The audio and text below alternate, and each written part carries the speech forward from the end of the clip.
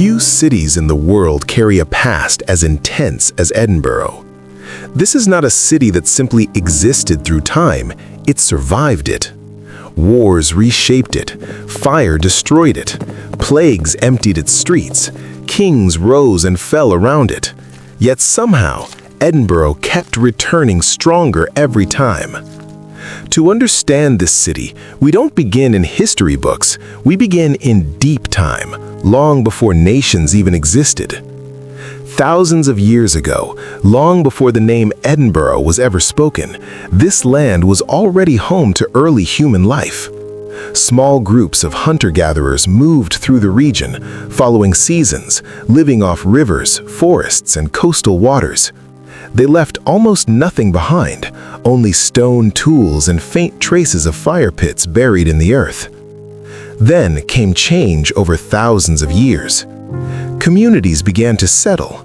They built forts on high ground, on volcanic rock, hills and ridges that gave them protection and visibility. One of the most important of these places was a dramatic volcanic formation that would later become the heart of a city. That rock would decide the fate of kings. By the early medieval period, a powerful tribe known as the Votadani controlled this region. The Romans knew of them, traded with them, and feared their independence. Even after Rome withdrew from Britain, these people remained, evolving into new kingdoms and identities. On that great rock, they built a fortress known as Dyn Eden, meaning the stronghold of Eden. This was the earliest known foundation of what would eventually become Edinburgh. But peace here never lasted long. Around the 7th century, a massive conflict erupted between local Brittonic warriors and advancing Anglo-Saxon forces. A large warband marched south from this stronghold, hoping to resist invasion. They never returned. Only one warrior survived, according to ancient legend. That defeat shattered the balance of power in the region. Soon after, the fortress was captured and absorbed into a growing northern kingdom. Control of the rock changed hands, and with each new ruler, even the name slowly transformed. Dyn Eden began to evolve into something closer to Edinburgh. A fortress was turning into a city, but still not yet in the form we would recognize today. Centuries passed, and power shifted again. The growing Kingdom of Scotland pushed its influence southward. After repeated transitions of control, the region was finally absorbed into Scottish authority.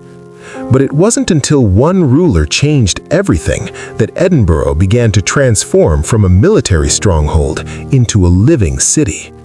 That ruler was David I.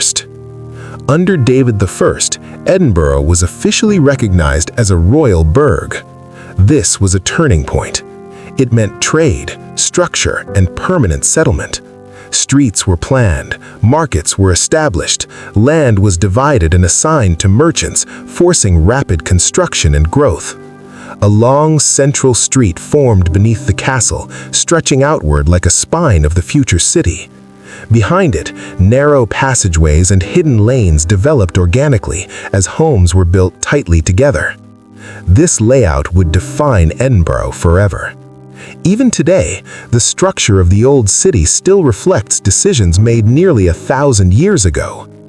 As the settlement grew, religion, politics, and power became deeply tied to the city. Churches were built, monasteries rose, a separate community formed nearby, creating a dual identity, one royal and one religious, existing side by side. By the late medieval era, Edinburgh had become the beating heart of Scotland, but its position made it a target. England and Scotland entered centuries of conflict. After a royal succession crisis, England attempted to assert control over Scotland. Edinburgh became a key strategic prize. Castles were seized, symbols of Scottish kingship were taken, authority over the region shifted repeatedly. Then came resistance. A Scottish leader rose who would define the nation's independence struggle. Through military campaigns and bold tactics, control of Edinburgh was eventually reclaimed in a dramatic reversal of power. But freedom came at a cost. In the centuries that followed, Edinburgh suffered repeatedly. It was burned in wars. It was struck by plague that emptied entire households. It was rebuilt only to be attacked again. And yet every time it returned. Trade expanded through its nearby port. Markets reopened. Life resumed. The city refused to disappear. By the late medieval era, travelers described it as one of the most important towns in the region, small, crowded, and chaotic, but alive. The 16th century brought even greater upheaval. A king died in battle, leaving the nation unstable. Edinburgh quickly fortified itself, building defensive walls in fear of invasion. Not long after, foreign armies arrived and carried out devastating raids, burning large parts of the city. Homes, religious buildings, and public spaces were destroyed in a campaign designed to break Scottish resistance. But it failed. Instead of submission, Scotland rebuilt again. At the same time, a religious revolution was unfolding. A powerful reform movement challenged the old faith and reshaped the nation's identity. Churches were transformed, doctrines rewritten, and political alliances shattered. Edinburgh stood at the center of it all.